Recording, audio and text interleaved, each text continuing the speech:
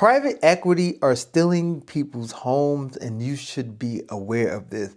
They're doing this through a debt product called zombie debt. So basically, back during the great financial crisis was like '08, a lot of mortgages were created out of thin air. They had like the ninja loans, like no income, no job, no asset. And everybody was getting a loan. It didn't matter. They were making up incomes. So everything crashed, and a lot of banks, they consolidated. A lot of this debt disappeared because the companies went out of business and it just got written off. But now private equity firms and other investors are buying this old debt and trying to reinitiate it. Like, I can give you an example of what happened to this lady and her husband. So they had a loan against their property.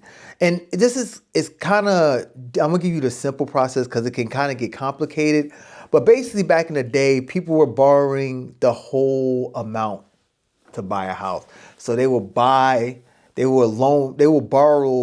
the down payment, and then they will have their enormous mortgage. So they had like two loans in some cases. So what they're doing is they're taking that old debt, which has been written off or canceled, like legally canceled. They're paying like what? Say the mortgage was like $200,000. They're paying like pennies on a dollar. So they'll buy that debt for like $2,000. They'll get some debt collectors to harass the people and try to reinitiate the debt. And what most people don't know is that that debt is done, it's been canceled, it's written off. But if you acknowledge that debt, or they get you to re-engage with that debt through a process of tricking you, harassment, they're going to foreclose on your home, you're going to lose everything. And they get people to reinitiate the debt and acknowledge it. And once they do that, they're on the hook for that debt again. And they're taking people's homes with this. Like, this lady and her husband lost their home, and now they're living in a trailer park. And it's kind of crazy when you think about it.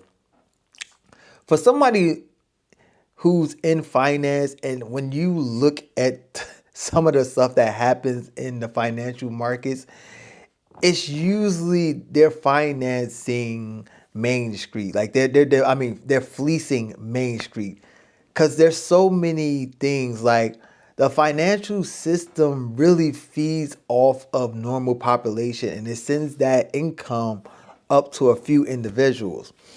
And I just thought this was insane that this was being allowed to happen. Like, you're literally debt that's been written off and canceled. People can buy it and take your house from it if you don't know the law. And what makes it even more devilish is that they're targeting people that they know doesn't have the resources to fight them. Because if you hire a lawyer, they could probably walk you through this process. And they're using intimidation and all that. And the people they were interviewing, because they was interviewing a firm that specializes in this, and they just said they're not going to stop. They're just going to keep doing that.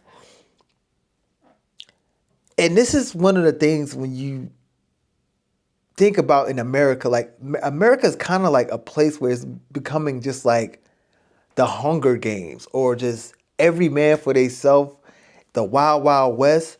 Because how is this allowed to exist in 2026, where you can buy somebody's old debt, trick them into re-engaging with that debt, and still in their house, well, foreclosing on their house? It's pure insanity. Like, I was so taken aback by it. I'm still kind of like rationalized, like how is that legal? And even though they set up processes to fight against this, like Congress and all that, they gutted that bureau. So now people are just starting to do it all over again. I don't know. Like, the one thing I could say about finance is not for the faint of heart. If you're gonna get in finance, you're gonna have to be cold hearted, because your returns come from somebody else's misery most of the times. 99% of the time, your money becomes from somebody else's misery. So let me know what you think about that. Do you think this is fair? Have you heard anything about these zombie debt? Did I miss anything? Did I get anything wrong? Thank you for watching.